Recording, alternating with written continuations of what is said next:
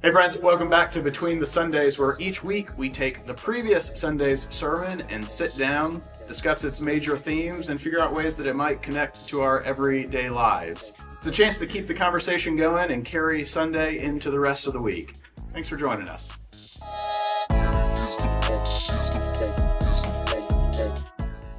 Hello friends, we are back with our weekly podcast Between the Sundays, and I'm here with the Reverend Michael East. Hello, Reverend Carol Waters. Hello. Glad to be here with you. And today we're doing week 2 of our Lament series, which has been it's been kind of a tough series, I think. I've loved it. Why? It's been fun. I think, like we said last week, Lamentations. No one reads Lamentations. So it's been fun to read and fun to kind of see people's reactions to the readings and the sermons and I mean the hope was that it would be, the series is current laments. It's trying to be a little playful off the idea of current events and tying in these two things, and it seems to be working, and it's been fun kind of having conversations with people. Yeah, I don't know that I would chalk it up there with fun, but I think it's been interesting, and I've certainly learned a lot. And I think it's been a timely sermon series for all that's happening in the world, especially just the last few weeks. Yeah, it's weird how the Spirit works like that. It is weird how the Spirit works like that. So I'm going to ask you my first official question. Okay. Enough with this chatter. You quote Dr. Margaret Rutherford, clinical psychologist, in your sermon. I did. Who says that blaming is a natural part of a traumatic experience. And we use blaming to name who's responsible for the hurt or loss we've experienced. And Jeremiah states that God is to blame for the absolute wipeout of Jerusalem by Babylon. Yeah, he's pretty explicit about it. Absolutely. I would say that hurts our Christian sensibilities. We were talking in the Parlor Pal Sunday School class that that's a really hard pill to swallow when we say the God that we know as love did this terrible thing to Jerusalem. And so, and our Jewish siblings seem to be able to hold this tension together, that we can both blame God for this terrible thing, and we can still draw near to God and want to be in relationship with God. So here are my two questions. First, as 21st century Christians, do we dare blame God for anything as Christians, because that's so foreign to our understanding of who God is? Do we blame God? Yeah. Do we dare blame God for anything? Or, here's maybe this second question will help you figure out what I'm saying. Or have we become sophisticated enough in our theology that it just doesn't make sense to do that? No. Because I think when the bottom falls out, when everything hits the fan, that sophisticated theology falls apart pretty quickly. So I didn't tell this story on Sunday, but so like when my dad died my first year of seminary, I sat outside in Georgia and it was pouring rain, and I was pretty angry about it. And I'm like, this seminary student who's supposed to be learning all these like sophisticated theologies, and none of that worked. None of that was satisfactory, which is why I think, why I'm particularly falling in love with Lamentations and with Jeremiah is because he has been the great prophet of Israel for all these years, and he has nothing other to say than God has become our enemy and has killed everyone with no compassion. Yeah. That is some honesty at work. And there's no no theologian he can pull from that adequately describes what's happening. I mean, there's no real rational way to get out of that moment. I mean, we No. can't think our way. We can't think our way out of something that devastating. We just feel our way through, I Yeah, think. and I think that's like a very, like, I don't know, American Western kind of idea that, like, if we work hard enough, if we have the right expert, if we read the right person, if Yep. we have the right app or optimize our schedule in a certain way, like, it'll all work out. And that's I mean, I'm gonna say the cool thing about Lamentations is it's like you can try and do all those things, Yeah. but things still fall apart. Yeah. Yeah. So I think what you've been pointing to the last two Sundays is that, I mean, lament really is kind of this guttural, emotional release to God of all that pent up stuff that our brains cannot process Yeah. in the same way that our gut or our hearts can. And maybe not even process, but just express. Well, I think it goes back to what Rutherford is saying. It's this natural movement that Jeremiah goes through. He first narrates what happens in pretty stark terms, and then he shifts immediately to like, okay, who's at fault for this? Right. Like we do the exact same thing. Oh, absolutely. Well, because we want to, we want there to be some kind of reason for this terrible thing to have happened. We want to Yeah. be able to put it in a box and put some boundaries around it, so that we can somehow control it, even though that's all an illusion. Yep. Yeah. So, I mean, I agree with her and with you that, yeah, I think blame is that first initial response to tragedy or trauma. Yeah. God had warned Israel over and over and over again, speaking through the prophets, of the consequences of their unfaithfulness. Yeah. And so when we read passages like this one, and when we think about the world that we live in now, when things feel so out of whack, in every dimension of our world, everything feels tilted and distorted. So do we chalk devastating events up to the natural consequences of human actions or science, or do we chalk them up to God being faithful to the covenant once again?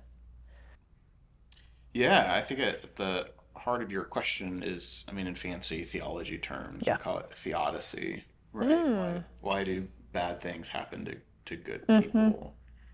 And I mean, I'd make the argument that the people of Israel were inherently good people, But they couldn't keep the covenant. nor can we, Right. nor can we. And so, I mean, I would say then that I don't believe that when bad things happen to good people, Hmm. I don't think that that's ever God's doing. I don't think that's God's doing. Do you? I don't know. Like, that's really the most faithful and best answer I can give is I don't know. I think like Jeremiah, like I trust and I hope in the God who hears and loves and cares for us. I don't know. And I don't think God sits wherever God sits and is just like following us and waiting for just the reason to smite Yep. or to cause trouble in our lives. What? Oh gosh, I should know this. I don't. What is it? It's Jeremiah who says, you know, I have plans for you, plans to prosper and not fail, and all these things. And it's God speaking to the people, like knowing full well, like you're gonna fail. Yeah. But that's the cool thing about the covenant is like what I said. It's not a business transaction. Like just because I breach the covenant doesn't mean that God is now out of that. God still remains in it and holds up God's part of the bargain, um, even when I continually screw it up. So, I mean, yeah, I have a hard time thinking that God is causing the problems in our world. But there are some days where I wake up and I go, there's no other explanation other than the gods are angry at us, which is not, it's not a good theology. Don't. Um, Well, but I but mean, some days that's the best you got. well, and that's, I mean, I think that's the theology of the ancient people, right? Of our ancient faith ancestors, Yeah. that you screwed up, and so now you pay the price. And and as Christians, I think I think maybe our understanding has changed a little bit, because we believe that through Christ we have forgiveness, always and already. And so if we have forgiveness, then it would stand to reason, at least to me, that then God's not going to smite us. And that what we see in the world is maybe a reflection of our sinfulness, but not that it's God being so mad that God causes these terrible things. Yeah. Pete Enns says that God loves us so much that God allows us to tell the story, and he's talking about Scripture. I mean, I think the same thing is true for life. Like, God loves us so much that God allows us to make our own choices and allows us to live by the way that we choose to live. And of course, God has opinions on like what that should look like. But I don't think God is out smiting people because I had Whataburger for breakfast and not oatmeal. Yeah. Yeah. And so when you burned your hand on the hot plate at Hickory, what was it? Hickory House Barbecue. Hickory House Barbecue, that was not God saying, Michael, you should never have strayed from your parents. You shouldn't have climbed up on the salad bar. No. Side of the salad bar. That was a natural consequence of your Yeah, it's a 7-year-old kid doing stupid things. Yeah. Yeah. And I think that holds true for us adults too. We're still all kind of seven-year-old kids doing stupid things. Yeah.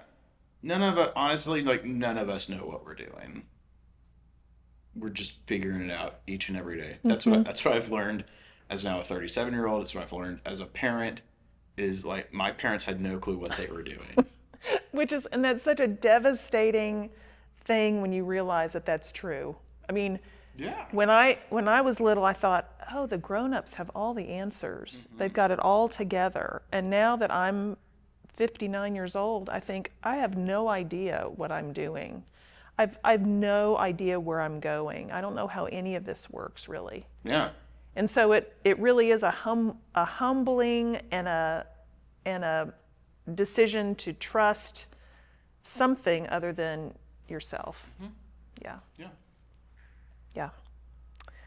Okay. So I'm preaching Sunday. You are.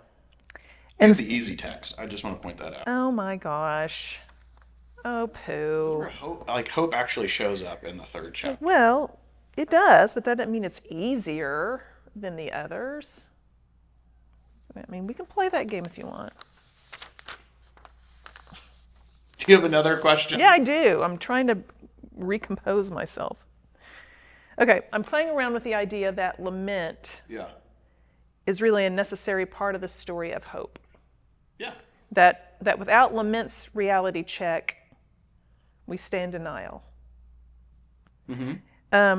But lament, you say, and again, I think you really said this beautifully, reminds us how to weep again with tears of faith, how to rage with sacred restraint, how to mourn not in our isolated echo chambers, but together as people who trust God enough to tell the truth. So do you think, can real hope, not just optimism, but can hope come without lament? Yes. I think it can. Well, you just blew my sermon for the next week. Start rewriting. Um, I think it can. The most honest forms of hope, the most powerful forms of hope, are birthed out of grief, are birthed out of lament. But I mean, and I am not sure that it can. I'm not sure hope can come without some form of lament, because I think it's lament. I think lament is the tool that really says this is the state of the world, and without that truth, I'm not sure we can move forward Yeah. into hope. I'm happy to be proven wrong on Sunday. Okay, I'll do my best. Ask my wife. I hate to be held into one definitive answer, which is why I need a couple of escape hatches to be able to say yes. I think your staff could attest to that also. Our staff. It is not my Yeah. staff. It is our staff. Our staff. So lament, you say, keeps us human and has the power to pull us out of endless cycles of blame and outrage. Lament really is countercultural, right? Yeah. It's countercultural. So how can we encourage the slower and more frustrating ritual of lament? Well, one is just doing it.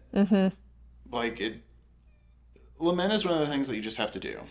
You just have to try it. You have to give it a shot. Knowing someone on the internet is not going to like it. It's going to make some people uncomfortable, and that's okay. That's like these let it out services we're having Thursday evenings. We did our first one last week, and I had a couple people who came on Thursday showed up on Sunday and said like that was the most helpful thing. No one gave me advice, no one gave me answers. I just got to say whatever was kind of weighing me down. Yeah. And so I think you just gotta say it. You gotta name it. As ugly and as like unpolished as that is, and recognizing that the outrage part of it doesn't get us anywhere. Honestly, it only makes the situation worse. Like when I yell at my kids for not picking up their room, what do? They just yell back at me, and we just end up in the hallway being mad at each other, and nothing gets better. And so recognizing that lament helps us, like I said, get out of that cycle. So, okay, so you said that God is big enough to hold it all.